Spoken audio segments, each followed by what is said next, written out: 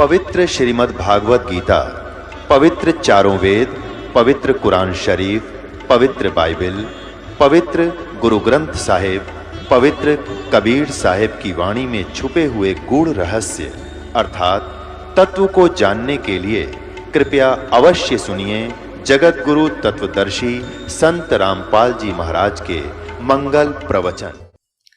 बोलो सतगुरुदेव की जय। बंदी छोड़ कबीर परमेश्वर जी की जय। बंदी छोड़ गरीबदास जी महाराज की जय। स्वामी राम देवानंद जी गुरु महाराज की जय। सर्व संतों की जय, सर्व भक्तों की जय, धर्मी पुरुषों की जय, श्री काशी धाम की जय, श्री छुडानी धाम की जय, श्री करोथा धाम की जय, श्री बरवाला धाम की जय। सत साहिब। गरीब नमो नमो सतपुरुष को नमस्कार गुरु की नहीं। सुर नर मुनि जन साधुआ संतों सर्वस दी नहीं। सतगुरु साहिब संत सब डंडो तुम प्रणाम। आगे पीछे मध्य हुए तिनको जा कुर्बान। नराकार निर्विषम काल जाल भय बंधनम। निर्लेपम निज निर्गुणम अकल अनुबेशुंधुनम। सोहम सुरत समापतम सकल समाना निर्तल। उज्ज्वल हिरंबर हरदमम बेपरवाह था है वार पार नहीं मज्जतम। गरीब जो सुमरे सिद्ध होई गणनायक गलताना। करो अनुग्रह सोई पारस पद परवाना। आज गणेश मनाऊं गणनायक देवन देवा। चरण कमल लो लाऊं आदंत करूं सेवा। परम शक्ति संगीतम रिधि सिद्धि दाता सोई। अवगत गुण अतीतम सत्य पुरुष निर्मोही। जगदम्बा जगदीशम मंगल रूप मुरारी। तन मन अर्पों शीसम भक्ति मुक्ति भंडारी। सुर नर मुनि जन ध्यावे ब्रह्मा विष्णु महेशा। शेष शेष मुख गावे पूजे आदि गणेशा। इंद्र कुबेर सरीखा वरुण धर्म राय ध्यावे। समर्थ जीवन जी का मन इच्छा फल पावे। 33 कोट अधारा जावे से 88। उतरे भव जल पारा कट है यम की फांसी। 33 कोटि अधारा जावे से 88। उतरे भव जल पारा कट है यम की फांसी। सत साहिब। कर जोरूं विनती करूं धरूं चरण पर शीश। गुरु राम देवानंद जी महाराज ने दियो नाम बख्शीश। कोटि कोटि सिजदा करूं कोटि कोटि प्रणाम। चरण कमल में राखियो मैं बांदी जाम गुलाम। कुत्ता तेरे दरबार का मोतिया मेरा नाम। गले प्रेम की जेवड़ी जाखें तो वहाँ जाऊं मैं। तो करो तो बावड़ू दूर दूर करो तो जाऊं। जो राखो तो ही रहूं जो देवो सो खाऊं। गुरु बड़े गोबिंद से मन में देख विचारो। हरि सुमरे सोवार है, गुरु सुमरे हुए पार। गुरु गोविंद दोनों खड़े, काके लागू पाए। बलिहारी गुरु अपना जिन, गोविंद दियो मिलाए। जय इब कै सतगुरु मिले, सब दुख आँखों रोए। चरणों ऊपर शीस धरूं, कहूँ जो कहनी हो। कबीर गुरु जी मिलेंगे, पूछेंगे कुशलात। आद्य अंत की सब कहूँ, अपने दिल की बात। गुरु जी तुम ना भूलियो, चाहे लाख लोग मिल जाएं।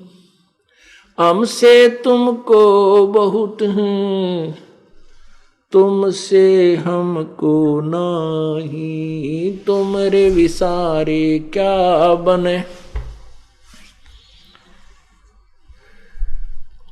किसकी शरण में जाऊं। शिव बिरंच मुनि नारद,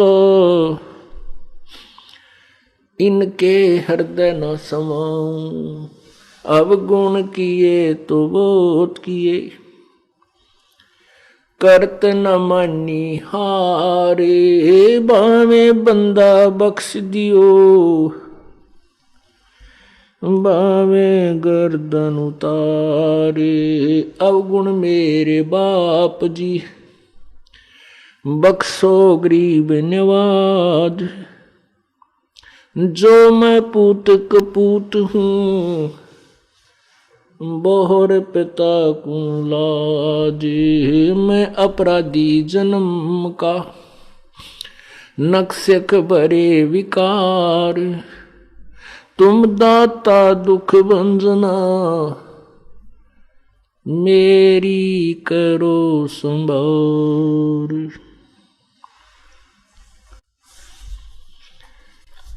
परम पिता परमात्मा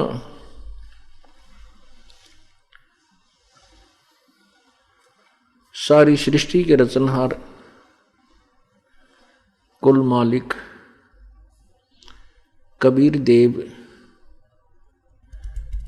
कबीर प्रभु, कबीर अल्लाह, कबीर साहिब की असीम कृपा से आज ये 5 दिवसीय सत्संग समागम, सत्संग समारोह आज प्रारंभ हुआ। ये 5 दिवसीय सत्संग समारोह है, किस उपलक्ष्य में है पहले ये बताते हैं।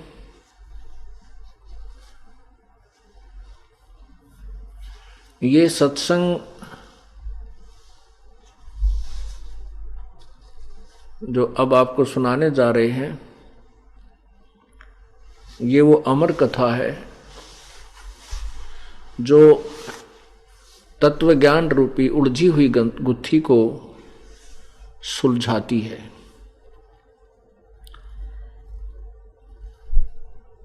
अभी तक हम परमात्मा को निराकार मानते थे।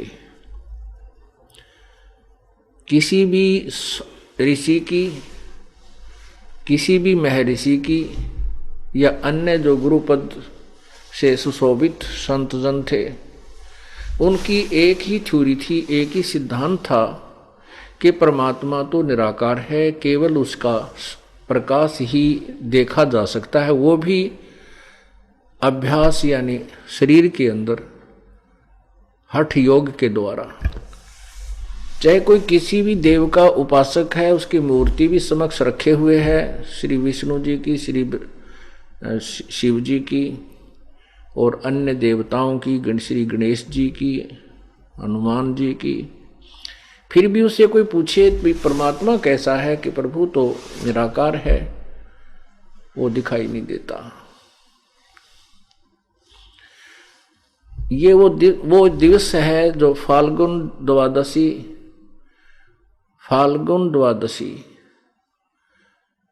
सन 1727 विक्रमी संवत सन 1784,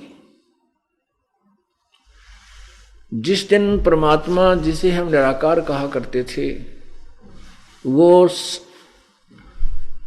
निराकार नहीं है, वो साकार है, निराकार है, मनुष्य जैसे शरीर, मानव जैसे शरीर में है।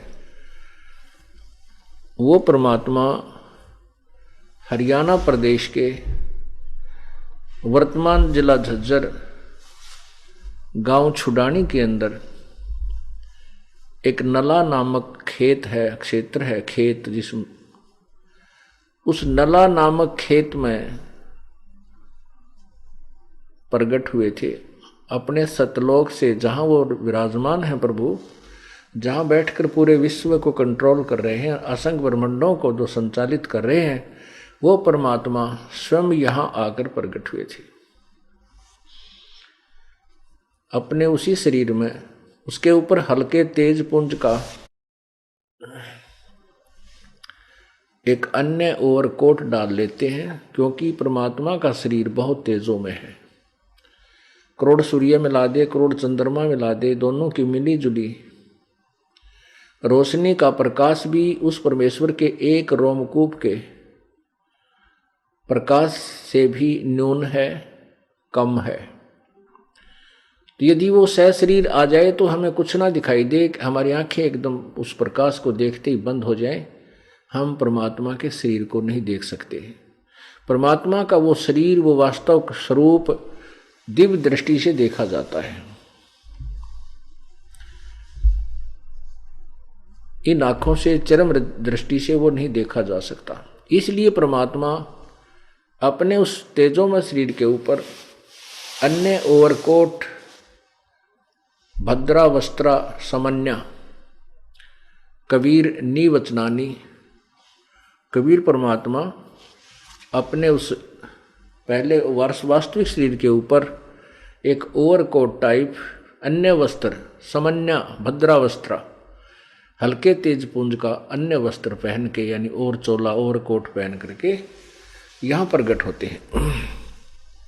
उसमें अपनी निवचनानी अर्थात लोकोक्तियों के माध्यम से अपने तत्व ज्ञान को समझाते हैं और अपनी प्यारी आत्माओं को इस काल के जाल से सुलझाते हैं।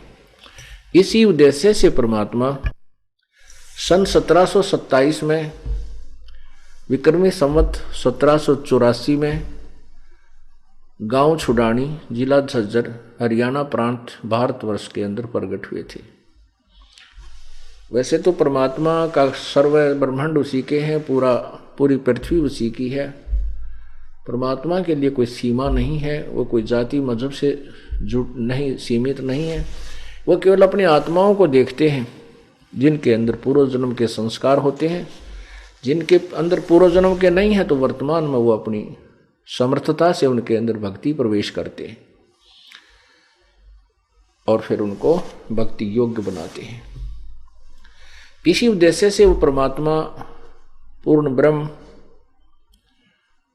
इस पृथ्वी पर आते हैं, काल के लोक में आते हैं। इससे पहले भी परमात्मा आते रहे हैं जिनके विशेष प्रमाण प्रत्येक युग में आते हुआ है।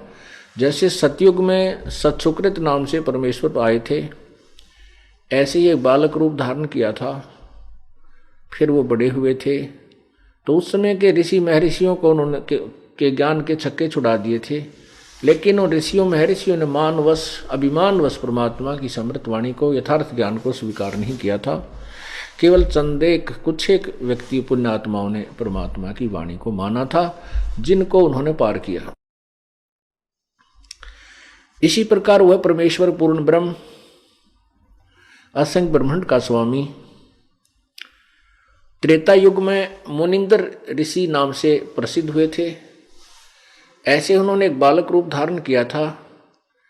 एक निसंतान दंपति, एक ऋषि की पति और पत्नी, वो उसको उठा ले गए थे परमात्मा ने फिर बड़ा होकर के धीरे धीरे अपनी लीला करते हुए जैसे वो बड़े होने की लीला की, तो 5 साल की आयु से ही, बल्कि और छोटी आयु से ही परमात्मा ने अपने ये अमृत वचन अमर वाणी तत्व ज्ञान प्रचार करना प्रारंभ कर दिया था। उस समय भी इन मान के भूखों ने, जो महिमा के भूखे लोग थे, उन्होंने परमात्मा के यथार्थ ज्ञान को ना स्वीकार किया, ना जनता तक जाने दिया।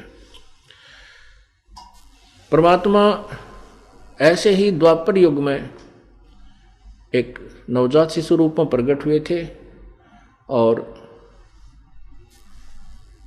फिर धीरे धीरे बड़े हुए,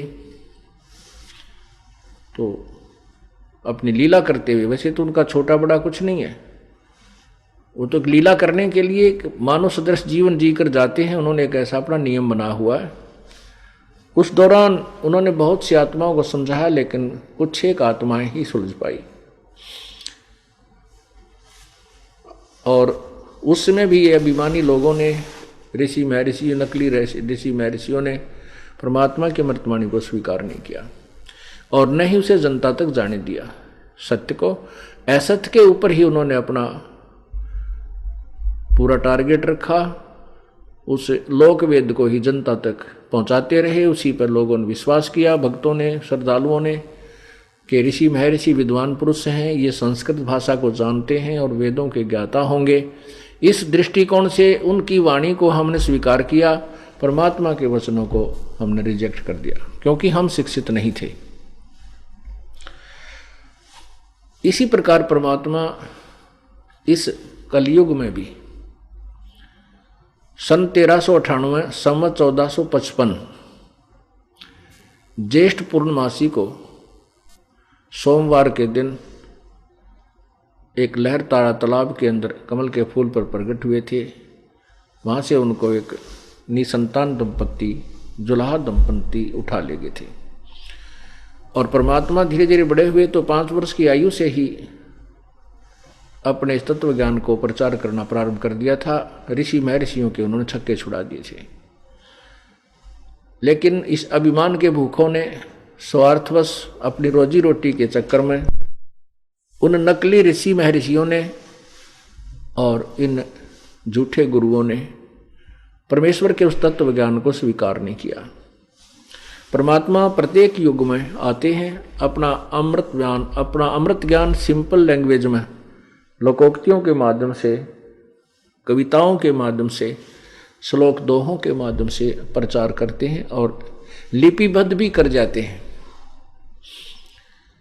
इसी प्रकार परमात्मा जो प्रकट हुए थे काशी में, बनारस में, कलयुग के अंदर, उस समय भी उन्होंने अपने समृद्ध ज्ञान का प्रचार किया था। 5 वर्ष की आयु से ही उन्होंने बड़े बड़े महर्षियों को हरा दिया था, ज्ञान के सामने फीके पड़ गए थे। एकाध पुण्यात्मा ने उनके तत्व ज्ञान को स्वीकार किया, जैसे रामानंद जी। बाकी अन्य ऋषि महर्षियों ने को बहुत कम नहीं स्वीकार किया।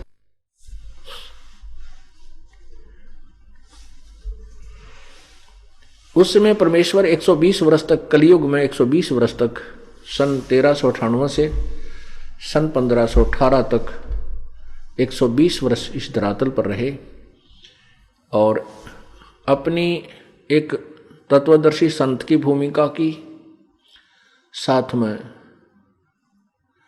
एक भक्त के क्या लक्षण होने चाहिए, क्या गुण होने चाहिए, एक सच्चे भक्त यानी हंस की भी भूमिका उन्होंने की, सतगुरु की भूमिका की। और साथ में परमात्मा तो वो हैं ही, क्योंकि सबके संचालक हैं, उनके वचन से सब कुछ ये ब्रह्मांड चल रहे हैं।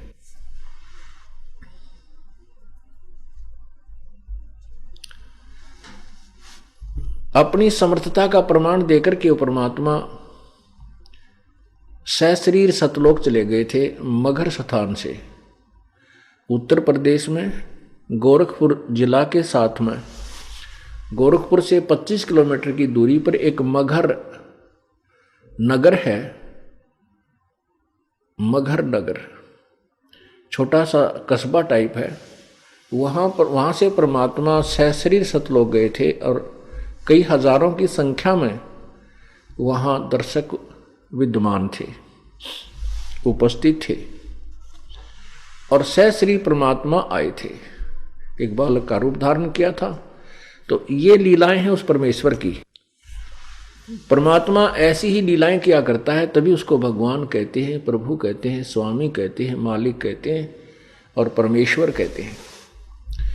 लेकिन कुछ एक अज्ञानियों ने, अज्ञानी ऋषियों महर्षियों ने, गुरुओं ने ये थ्योरी सेट कर दी कि भगवान ये जो लीलाएं हैं झूठी हैं। ऐसे भगवान बगैर किसी माता के कोई गर्भ से कोई नहीं बाहर आ सकता, कोई जन्म नहीं, ऐसे स्वयं नहीं प्रकट हो सकता। तो बहुत सा समाज इस बात पर आधारित हो चुका है कि बिल्कुल ठीक है, क्योंकि श्री राम माता से उत्पन्न हुए, श्री कृष्ण माँ से उत्पन्न हुए। जितने भी हम जिनको भगवान की संज्ञा में गिनते हैं सभी माँ से उत्पन्न हुए। इसलिए हमने ये भी सत्य मान लिया कि माँ के बिना उत्पन्न कोई नहीं हो सकता। लेकिन भगवान कैसे किसे कहेंगे? परमात्मा उसी को कहा जाता है जो एक जनसाधारण की क्रियाओं से अलग क्रियाएं करे, उसकी स्थिति भी कुछ अलग ही हो। और हमारे जैसा घसियारा हो तो फिर भगवान कैसे कहेंगे उनको? वो परमात्मा 120 वर्ष बनारस में रहे कलयुग में। उसके बाद सहश्री सतलोक चले गए थे। सन 1518 में सहश्री चले गए थे और सन 1727 में 209 वर्ष के बाद यहाँ छुडानी गांव के अंदर सन 1727 में, संवत 1784 में सहश्री यहाँ प्रकट हुए थे। फाल्गुन की द्वादशी, फाल्गुन उतरते की फाल्गुन सुदी द्वादशी को परमात्मा सहश्री आए थे। उस समय अपनी प्यारी आत्मा 10 वर्षीय बालक गरीबदास जी महाराज को उन्होंने बोध कराया था, तत्व ज्ञान दिया था, उपदेश दिया था, नाम दिया था। और फिर यहां से सतलोक लेकर गए थे। उनकी आत्मा, उनके अंदर एक सूक्ष्म शरीर है स्थूल शरीर के ऊपर, और सूक्ष्म शरीर के अंदर प्राणी जब तक ये दूसरे शरीर में प्रवेश नहीं होता किसी अन्य प्राणी के में, तब तक इसकी स्थिति इस मनुष्य जैसी ही रहती है। मानव सदृश शरीर होता है, लेकिन ये आकार में ये सूक्ष्म शरीर होता है, इसका आकार घट बढ़ता रहता है स्थान अनुसार। ये चाहे छोटा भी कर सकता है, बड़ा भी हो सकता है उसमें। तो उस सूक्ष्म शरीर को लेकर के परमात्मा उस आत्मा को सतलोक लेकर गए। सूक्ष्म शरीर में आत्मा 21 ब्रह्मांड तक, 7 संग ब्रह्मांड तक सूक्ष्म शरीर में रहती है। उसके बाद भौर गुफा में जाकर के सूक्ष्म शरीर समाप्त हो जाता है, छोड़ दिया जाता है, और उसे आगे केवल हंस रूप, वहाँ जो आत्मा का स्वरूप है, हंस रूप है, वो भी मनुष्य जैसा ही है, नराकार है। लेकिन उसका प्रकाश में बहुत तेजों में शरीर है, जिसके उस तेजों में शरीर के ऊपर ये 4-5 आवरण काल ने डाल रखे हैं। स्थूल शरीर, सूक्ष्म शरीर, कारण, महाकारण, कवैल्य, ये 5 कवर डाल के उस तेज को इसने छुपा रखा है, ये बाहर नहीं दिखता। वहां जाकर के केवल एक शरीर, तेजों में शरीर रह जाता है, और मनुष्य जैसा ही शरीर है वहां आत्माओं का। परमात्मा भी हमारे ही उनिहार है, हमारे ही स्वरूप है। तो वहां उस आत्मा को सतलोक लेकर गए थे, वहां से पूरी स्थिति समझाई थी। अब मैं आपको गरीबदास साहिब जी को कैसे परमात्मा मिले बहुत अच्छी तरह डिटेल से बताऊंगा। उसके बाद आंखों देखा हाल गरीबदास साहिब ने अपने अमृतवाणी में वर्णन किया, लिपिबद्ध करवाया, जो आज आपके समक्ष प्रचार किया जाता है, उसके माध्यम से आपको समझाया जाता है। संत गरीबदास जी, इनका मूल गांव जो है करौथा था, जहां अपना आश्रम है जो अब वर्तमान में वो जो अपना क्रोथा आश्रम है, वहाँ उनका मूल गांव था और छुडानी में गरीबदास जी के नानका था। गरीबदास जी महाराज के मामा जी नहीं थे, नाना जी की जमीन बहुत थी। वो किसान परिवार में जन्मे थे। उनके जमीन 2500 बीघा अर्थात 1375 एकड़ जमीन अकेले उनके नाना जी श्री शिवदयाल जी के थी। और शिवदयाल जी के कोई पुत्र नहीं था, इसलिए शिवदयाल जी ने अपने दामाद श्री बलराम जी क्रोथा निवासी को वहां पर घर जमाई रख लिया था।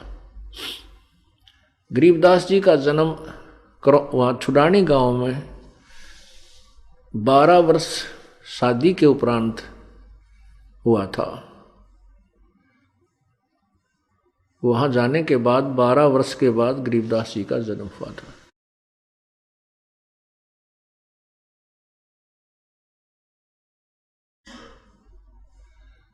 जब गरीबदास जी 10 वर्ष के हुए,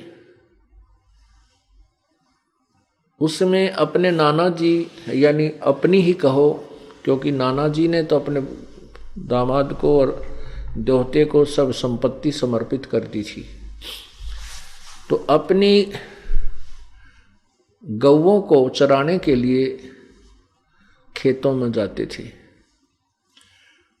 1375 एकड़ जमीन थी और उसमें सिंचाई का कोई साधन नहीं था। वर्षा होगी तो कुछ बाजरा ज्वार बो लिया करते थे, मक्का वगैरह, बाकी शेष चने वगैरह हो जाते थे, सरसों हो जाती थी थोड़ी बहुत। बाकी शेष जो स्थान था, खेत थे, वो खाली रहते थे। उसमें गौएं चराने का कार्य करते थे, उसको चरागाह बना दिया करते थे। ऐसे ही छुडानी से सीमा लगती है कबलाना गांव की। कबलाना गांव की तरफ एक कच्चा रास्ता जाता था, अब तो पक्का हो गया, वर्तमान में सड़क बन चुकी है। उस कच्चे रास्ते पर सीमा के साथ में गरीबदास जी की यानी अपनी जमीन थी।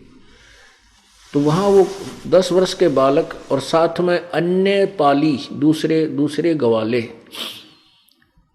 भी उन्हीं के खेतों में अपनी गौओं को ले जाते थे और कुछ पाली किराए के होते थे गरीबदास जी के, मतलब नाना जी के यहाँ। तो ऐसे 10-5 वो गवाले, 150-200 गायें वहाँ खेतों में ले जाकर वो उस दिन भी चरा रहे थे।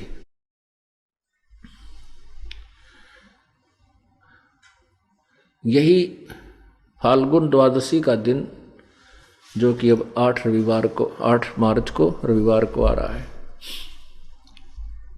उस दिन गरीबदास जी वहाँ और साथ अन्य जो पाली थे बड़े बड़े उम्र के, वो भी सभी वहाँ अपने गौओं को चरा रहे थे। और दोपहर के जैसे 10-11 बजे इस समय से अपना बच्चों ने खाना खुना था वो खा लिया था। उसी समय परमेश्वर पूर्ण ब्रह्म सत्य पुरुष अविनाशी प्रभु, जो गीता जी अध्याय नंबर 15 के श्लोक नंबर 16 और 17 में 3 परमात्माओं का वर्णन किया है, प्रभुओं का, क्षर पुरुष अक्षर पुरुष। लेकिन उनसे भी अन्य उत्तम पुरुष तो इन दोनों से भी अन्य है, वो तीसरा है। वही तीनों लोकों में प्रवेश करके सबका धारण पोषण करता है, वो अविनाशी ईश्वर है, वो वास्तव में अविनाशी है। तो वो अविनाशी परमात्मा वहां आकर के प्रकट हुए एक जिंदा महात्मा के स्वरूप में। जिंदा महात्मा होते हैं जो काला सा वस्त्र पहनते हैं, थोड़ी सी दाढ़ी रखते हैं, सिर के ऊपर एक टोपा बनाते, टोपा लंबे से ऊपर ऐसे ऊंचे चोटे वाला, उस टोपे को पहनते हैं और केवल एक अंडरवियर यानी कच्छा घुटनों तक का होता है, और ओवरकोट जो होता है वो और नीचे पैरों की पिंडलियों तक ऐसा एक ही कपड़े का बना हुआ पहनते। ऐसी वेशभूषा वाले को मुसलमान समुदाय के लोग जिंदा महात्मा कहते हैं। परमात्मा उसी जिंदा महात्मा के नाम के स्वरूप में प्रकट होते हैं, हुए वहां भी उसी में प्रकट हुए। तो साधु जैसा संत जैसा वेशभूषा प्रभु की थी। परमात्मा ने उनको आके नमस्कार किया, राम राम बोला। सभी जो बड़े पाली थे, कुछ वो बैठे थे, गरीबदास जी वहां विराजमान थे, 10 वर्षीय बालक। एक जांडी का पेड़ था, जांडी जिसे जाटी कहते हैं, उस जाटी के पेड़ के नीचे ये सब विराजमान थे। बड़ा पेड़ था, छायादार था। तो परमेश्वर ने आकर के उनको राम राम बोला, तो उन्होंने प्रत्युत्तर में राम राम कहा और कहा, जिंदा महात्मा आप खाना खाओ।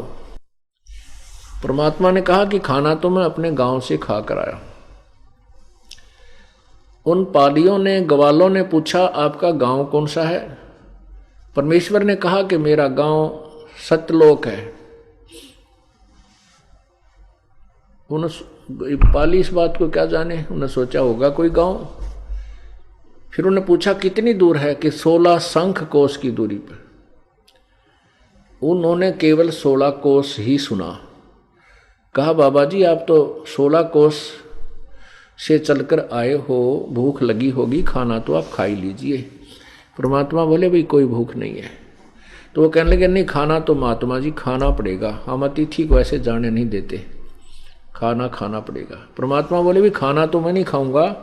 तो कहने लगे दूध पी ले, फिर आप भी निकाल देते हैं, हमारी गायें बहुत अच्छी हैं और जब चाहे हम इनका दूध निकाल लेते हैं, कुछ ऐसी गायें हैं हमारी। परमात्मा बोले भाई ठीक है दूध पिलाओगे ना, दूध पी लेता हूं, लेकिन कंवारी गाय का दूध पीऊंगा मैं, कंवारी का।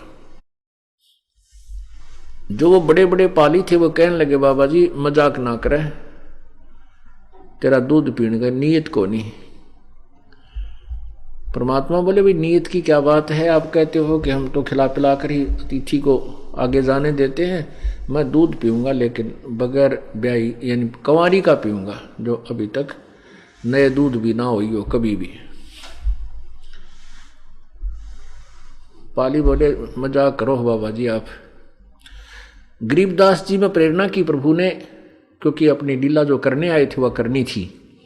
गरीबदास जी 10 वर्षीय बालक खड़े हुए और कहने लगे महाराज जी ये है गाय में, उनकी एक बहुत ही प्रिय बच्चिया थी, अभी दूध छोड़ा था उसने 1-2 महीना से, 2-3 महीने से, लेकिन अभी तक वो बिना धनाई थी, अधन्या धेनु थी।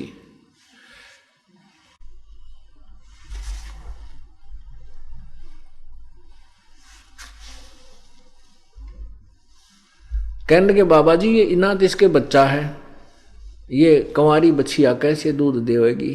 परमात्मा ने कहा कि तुम जो पात्र लाए हो ये जल का, या इसको धो कर साफ करो, इसको पानी को लेट दो, ये जो तुमने लस्सी पीने का जो ला रखा है छोटा मटका, इसको साफ कर लो।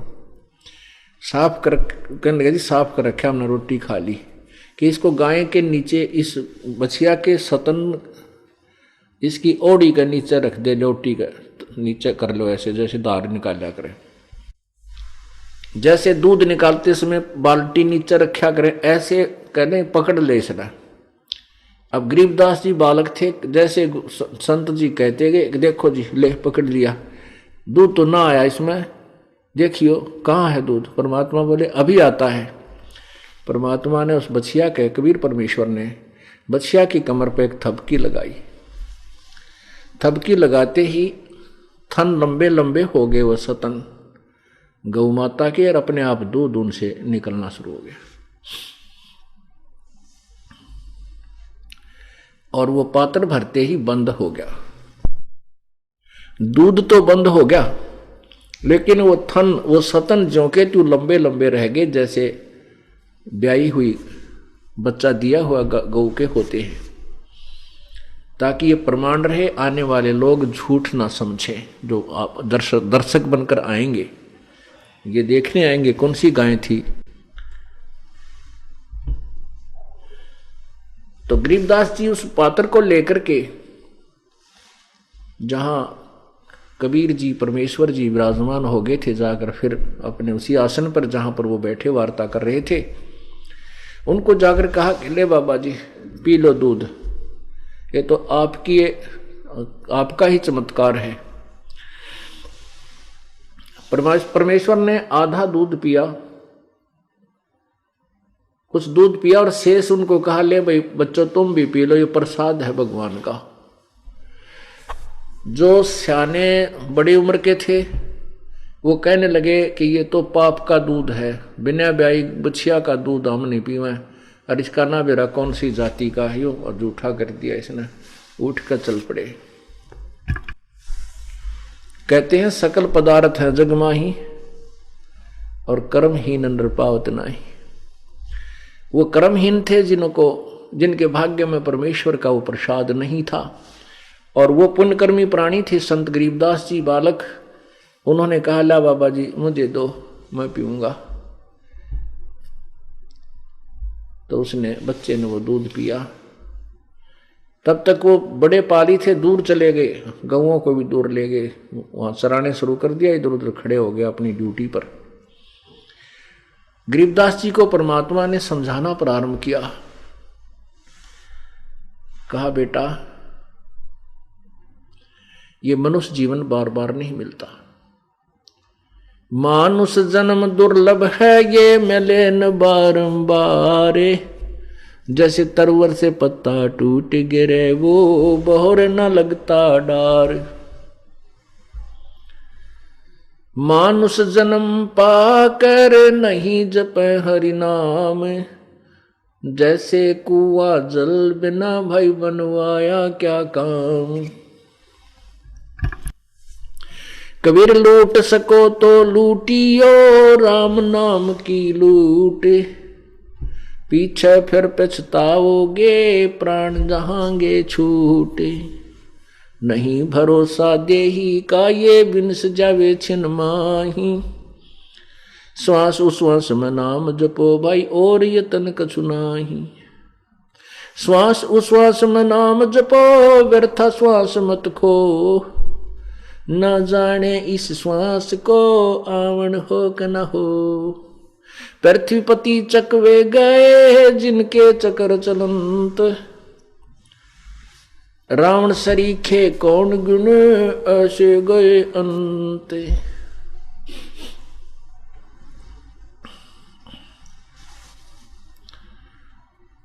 इस प्रकार उन्होंने परमात्मा ने अपने पाने की और विधि आवश्यकता बताई, और मनुष्य जीवन किस लिए तुम्हें मिला है बहुत ही अच्छे ढंग से उस पुण्य आत्मा गरीबदास जी को समझाया।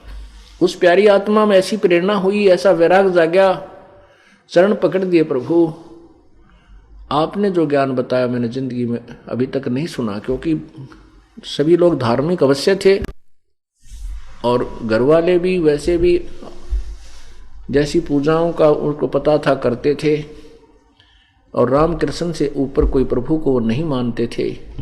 ऐसे ही हम अपने परंपरागत ज्ञान को सुन करके वहीं पर उसी पर आधारित रहते थे। तो गरीबदास जी ने उसी आधार से काफी प्रश्नोत्तरी की। गरीबदास कबीर साहब ने उस प्यारी आत्मा को बहुत अच्छी तरह अपना ज्ञान समझाया। बताया कि ब्रह्मा तुम किसकी पूजा करते हो, गरीबदास जी से पूछा। गरीबदास जी ने कहा प्रभु हम भगवान शिव की पूजा करते हैं, भगवान श्री कृष्ण राम की पूजा करते हैं। परमात्मा ने कहा ये राम और कृष्ण ये पूर्ण परमात्मा नहीं है, ये इनसे ऊपर एक इनका पिता है जो ब्रह्म है, जिसको काल कहते हैं। वो 21 ब्रह्मांड का स्वामी है, और काल से ब्रह्म से ऊपर परब्रह्म है, वो 7 संख ब्रह्मांड का स्वामी है। इन सबके ऊपर पूर्ण परमात्मा कोई और है भाई, और मैं उसी का संदेशा लेकर आया हूं, क्योंकि अपनी महिमा प्रभु आप ही बताते हैं। उस बालक ने कहा कि प्रभु आज तक तो न किसी ने बताया है और न ही मुझे आपकी बातों पर विश्वास हो पा रहा है। परमात्मा बोले चल तुझे विश्वास कराता हूँ, तो उपदेश ले पहले। परमात्मा ने उसको प्रथम मंत्र दिया और कहा इसका जाप कर। लेकिन वो अपनी समर्थता से उस प्यारी आत्मा को सूक्ष्म शरीर के माध्यम से सूक्ष्म शरीर युक्त लेकर के ऊपर गए। फिर वहाँ अपनी आत्मा को सूक्ष्म शरीर भंवर गुफा में छोड़ दिया जाता है। सूक्ष्म शरीर जो लास्ट शरीर होता है वो कैवल्य शरीर है। सूक्ष्म शरीर तो मानसरोवर पर स्नान करने के उपरांत वहाँ समाप्त कर दिया जाता है। पहले मैं गलती से गलत बताया गया कि सूक्ष्म शरीर वहाँ नहीं जाता। कैवल्य भी कारण भी यहीं रह जाता है। कैवल्य शरीर भंवर गुफा तक जाता है। उसके बाद आत्मा का अपना वास्तविक शरीर प्रारंभ हो जाता है। तो उस वास्तविक शरीर को लेकर के परमात्मा ऊपर गए सतलोक में। वहां क्या देखा उसने? वहां क्या देखा कि उनके साथ जो जिंदा महात्मा के रूप में संत गए थे ऊपर, उनसे अन्य एक परमात्मा, एक बहुत बड़ी तेजों में शरीर युक्त नर आकृति एक ऊंचे सिंहासन पर एक गुम्बज के अंदर विराजमान है। और नीचे से जो जिंदा महात्मा गया था वो जाकर के उस तेजोमय शरीर के ऊपर एक चंवर करने लगा। एक चंवर होता है बहुत कोमल बालों युक्त, उसका ऐसे धूम की तरह होता है। वो आदर के साथ एक शुभ आत्माओं पर किया जाता है।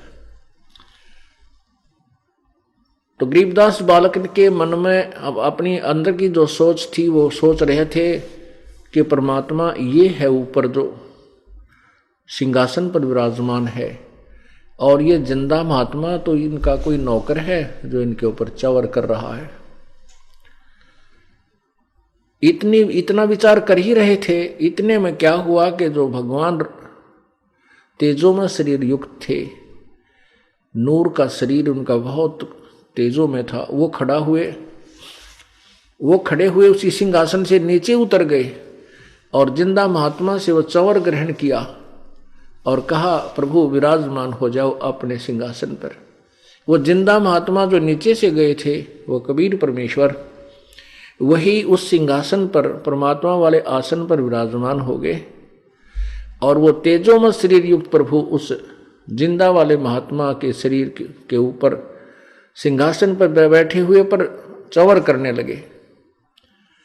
अब गरीबदास बालक सोच रहे थे कि ये क्या भाई, भगवान इस नौकर पर चंवर कर रहा है। इतने में वो तेजोमय शरीर उस जिंदा वाले महात्मा के शरीर में प्रवेश कर गया। अलग अस्तित्व नहीं रहा। जिंदा महात्मा उसी सिंहासन पर विराजमान है और दो चंवर वो तेजों में शरीर युक्त महात्मा भगवान कर रहे थे, वो चंवर अपने आप ऐसे प्रभु की शक्ति से घूमने लगा।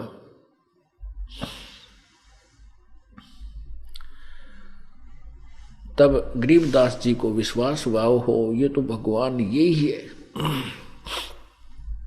मुझे तो परमात्मा ही मिल गए। तब गरीबदास साहिब ने कहा कि प्रभु अब मुझे वापस मत भेजो, ये तो बहुत आनंदमय लोक है, यहाँ तो सुख ही सुख है प्रभु, बड़ी आत्मा आनंद हो रहा है। परमात्मा बोले बेटा ऐसे नहीं रख सकते, यहाँ पर आप नीचे जाइए और मैंने तुझे जो मंत्र दिया है, फिर आपको सतनाम दूंगा, फिर सार नाम दूंगा, तेरा उद्धार करूंगा। जो मैंने तुझे उपदेश दिया है इसका जाप कीजिए, काल के ऋण से मुक्त हुई उजिए, फिर मैं तुझे आप लेकर आऊंगा। तब कबीर परमेश्वर वही जिंदा वाला स्वरूप फिर उनके साथ, और नीचे आकर के उन्होंने फिर सभी ब्रह्मांडों को दिखाया। ये काल का 21वां ब्रह्मांड है, जहां पर तपस्या के ऊपर 1 लाख जीवों को रोज खाता है, प्रतिदिन आहार करता है। मानव शरीरधारी प्राणियों को यहां भून कर खाता है। वो तपस्या दिखाई, वो काल दिखा के देख वो बैठा। ये वो ज्योति निरंजन, ये ब्रह्म है जो ब्रह्म नाम से प्रसिद्ध है इसके ब्रह्मंडों में। ये वो ब्रह्म सामने बैठा ही साकार है। ओछा माथा, बिल्कुल छोटा सा माथा है और लंबे लंबे दो बड़े दांत हैं इसके, और पीछे बाल बड़े हैं, आगे से कुछ गंजा है। इस रूप को देख करके गरीबदास जी कहने लगे ये है यहाँ का भगवान, कि ये है ब्रह्मा विष्णु महेश का पिता। इसको श्राप लगा हुआ, इसने सतलोक में एक नालायकी कर दी थी, जिस कारण से इसको श्राप लगा है 1 लाख मानव शरीरधारी प्राणियों को का आहार करने का, 1.25 लाख उत्पत्ति करने का। अपने इस साप के को से स्थापित होकर के ये 1 लाख मानव शरीरधारी प्राणियों के आहार करने के लिए इसने अपने तीनों पुत्रों को उत्पत्ति, सतिथि और संहार की ड्यूटी दे रखी है। उनको ये सच्चाई नहीं बताता, उनके सामने भी नहीं जाता। वो भी समाधि लगा लगा कर इसको देखना चाहते हैं, लेकिन उस प्रकार की साधना से वो सिद्धि युक्त हो जाते हैं, उसका तप बन जाता है, तब से उनको वहाँ का राजा बना देता है और सिद्धियाँ दे करके वहाँ के सब कार्य ये उन्हीं से करवाता है। फिर जब वो भक्तिहीन हो जाते हैं तो उनको 84 लाख योनियों में उन अपने पुत्रों को भी डाल देता। उनने की तो कहना ही क्या है।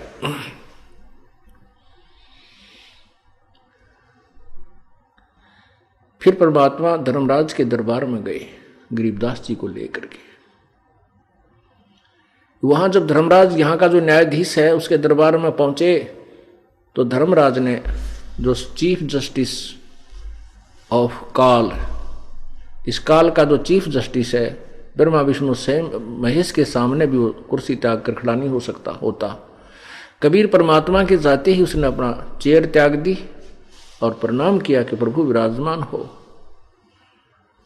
और जैसे बड़ा अधिकारी छोटे अधिकारी के ऑफिस में जाता है, अधिकारी उसको प्रणाम करता है, जी सर करता है, और उसने जो आदेश देना होता है वो बड़े रौब से देता है, ऐसा करना है, आपने ऐसा जाना है, वहाँ ऐसा करना है। और ऐसे इसी दृष्टिकोण से परमात्मा ने वहाँ पर कबीर परमेश्वर ने उस धर्मराज को अपना आदेश सुनाया। तब गरीबदास जी को पक्का यकीन हो गया कि सचमुच तो भगवान पड़ा है। यहाँ का न्यायाधीश भी इसके सामने थर थर कांप रहा है। फिर ब्रह्मा और विष्णु के लोक में लेकर गए, वहां दिखाया। सभी ने जाते ही परमात्मा को प्रणाम किया, क्योंकि कबीर परमात्मा ब्रह्मा विष्णु महेश को भी मिले हुए थे पहले, और इन तीनों को तत्व ज्ञान समझाया था। ये इनके शिष्य भी बने थे, लेकिन काल प्रेरणा से इन्होंने उनका नाम को नहीं रखा था, सतनाम ग्रहण नहीं किया। इन्होंने प्रथम मंत्र की ही रटना लगाते रहे। उनमें से भी एक एक नाम छांट लिया अपनी स्वेच्छा से। जैसे ब्रह्मा ने ओम नाम रख लिया, सावित्री ब्रह्मा दोनों इसी का नाम यही जाप करते हैं। और हरियम जाप विष्णु ने ले लिया, और सोहम जाप शंकर और पार्वती ने, विष्णु और लक्ष्मी ने हरियम जाप। ऐसे इन सबको समझाना चाहता, परंतु ये लोग न समझ सके। फिर भी ये परमात्मा है, श्रेष्ठ आत्मा है, अच्छी आत्मा है ब्रह्मा विष्णु महेश। जब भी वहाँ परमात्मा जाते हैं संत रूप में तो उनका आदर अब भी करते हैं।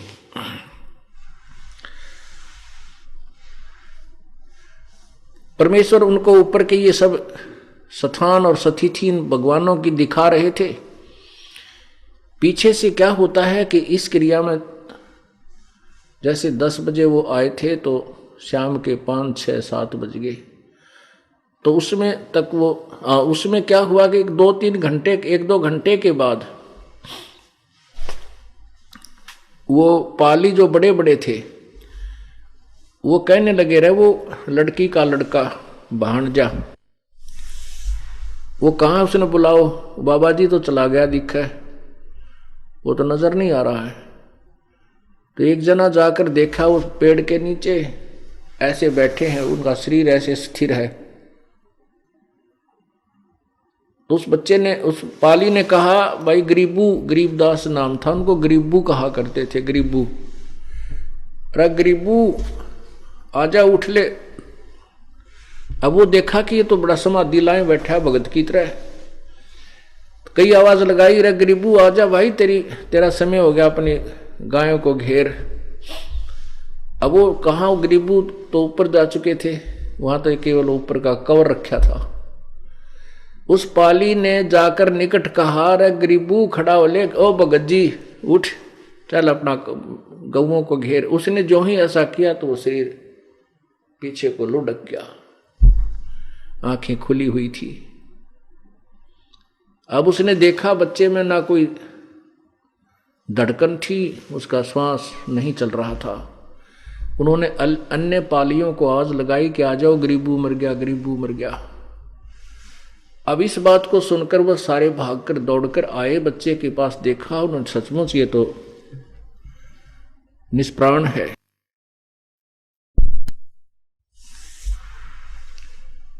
अब वो बहुत दुखी हुए, उनके मन में बहुत कुछ बातें आई कि हमारी बहन का एक ही पुत्र हुआ था, ये भी 12 वर्ष के बाद,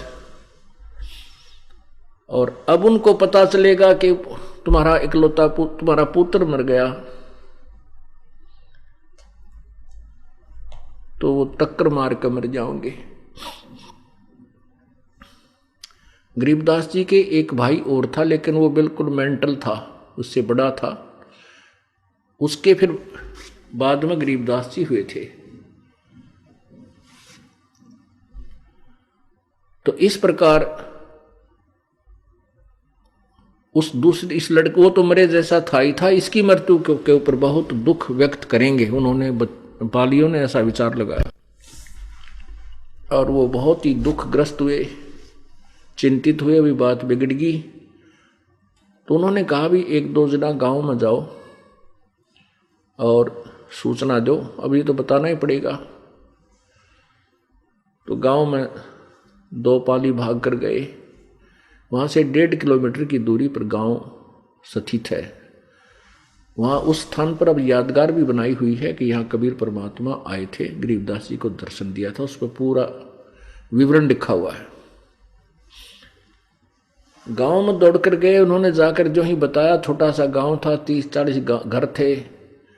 एकदम सभी को एक बहुत ज़्यादा दुख हुआ, क्योंकि एक बहुत बड़े जमींदार का पुत्र, एक ही पुत्र था, यानी दूसरा तो कंडम था, और उसी की मृत्यु हो जाए। माता पिता ने सुना तो दोनों बेहोश हो गया, चेत हो गए अपने बेटे की मृत्यु सुनकर। गांव के कुछ लोग इकट्ठे हुए और फिर वो उस खेत की तरफ प्रस्थान किया। वहां से बच्चे के शव को ले आए गांव में। शाम के समय फिर उसका अंतिम संस्कार करने के लिए शमशान घाट पर उठा ले गए। सूर्य अस्त होते होते उनका अंतिम संस्कार करना था। चिता बना दी, बच्चे के शव को उसके ऊपर रख दिया। हाहाकार मची हुई थी। इतने में परमेश्वर ने कहा कि जा बेटा, ये तेरे शरीर को खराब करने वाले हैं वो लोग, वापस जा और गुणगान कर, मेरे दिल खोल कर, मैं तेरे साथ रहूंगा। डंडोरा पीट दे सच्चाई का। जो ही अग्नि लगाने की तैयारी कर रहे थे, तभी क्या देखते हैं, एक बार फिर देखते हैं, थोड़ी सी देर कहीं इसमें कोई श्वास ना आ जाए। जो ही वो दोबारा देखने लगे, एक आध ऊपर लकड़ भी लगा रहा था। इतने में सारे शरीर में कंपन हुई। जो बंधन बांध रखे थे उस अर्थी के ऊपर, वो अपने आप कट गए, टूट गए।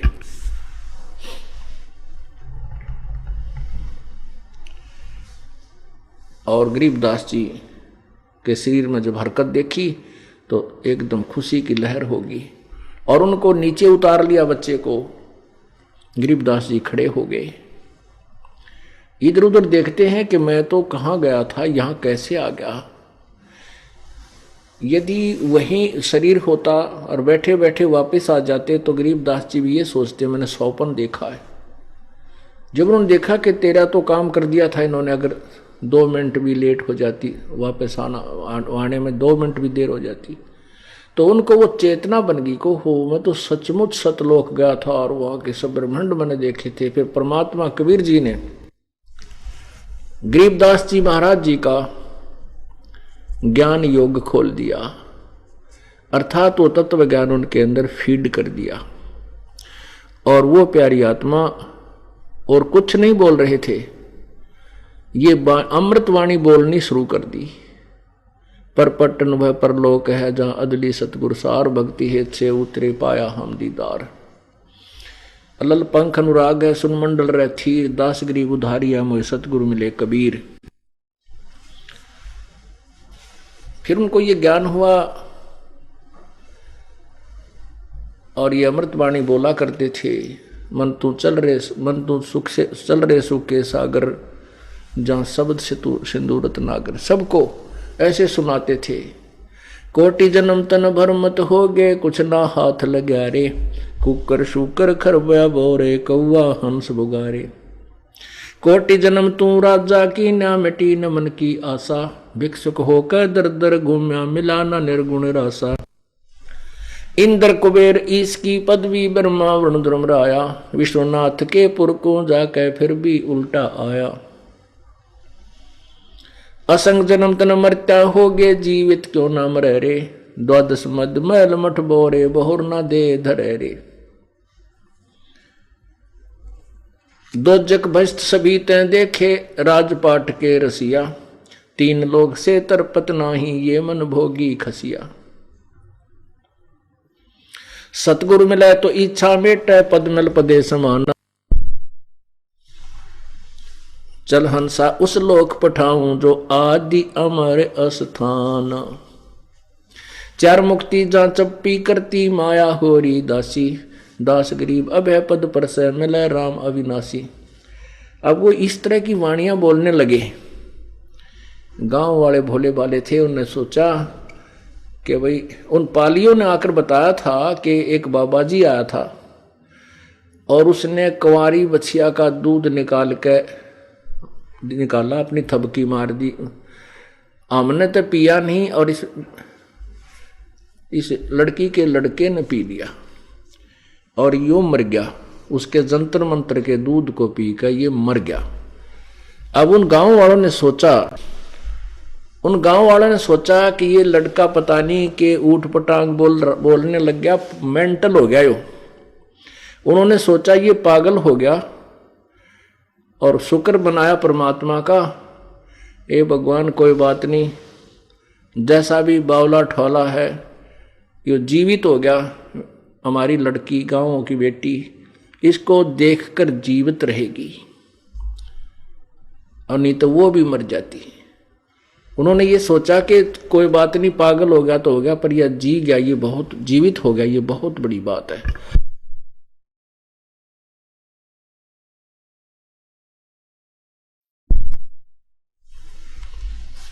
और बेटी रानी जो है, रानी नाम था उनका, ये जीवित रहेगी अपने बेटे को देख करके।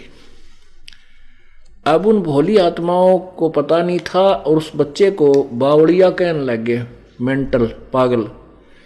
वो बोले अमृतवाणी सतलोक की, जिसमें 4 वेद, 18 पुराण, 11 उपनिषद, महाभारत, रामायण सब का समावेश और वेदों से भी ऊपर का ज्ञान। और वो अनजान लोग कहेंगे तो मेंटल हो गया, पागल है, तो उसका नाम बावड़िया, गरीबू बावड़िया, ऐसे बावड़िया कहने लगे उन्हें, पागल, बौड़ा कहने लगे, बौड़ा।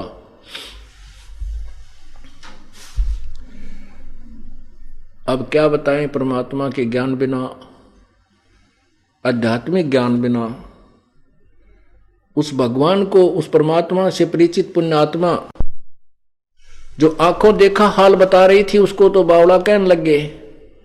और जो अनाड़ी, जो कति कहें का ज्ञान नहीं, उनको माहिर शीर, उनके ऊपर पंडित जी, बड़े गुरु जी, वाह, ये तो महापुरुष पड़े हैं। उन गांव के गोरा धूना ला के सुल्फे पाड़ा ने, उनको वो संत मानते रहे। और जो परमात्मा से परिचित आत्मा थी, उनको नेग्लेक्ट कर दिया। उस अज्ञान के आधार पर जो वो अज्ञानी गुरु और ऋषि हमें बताया करते थे।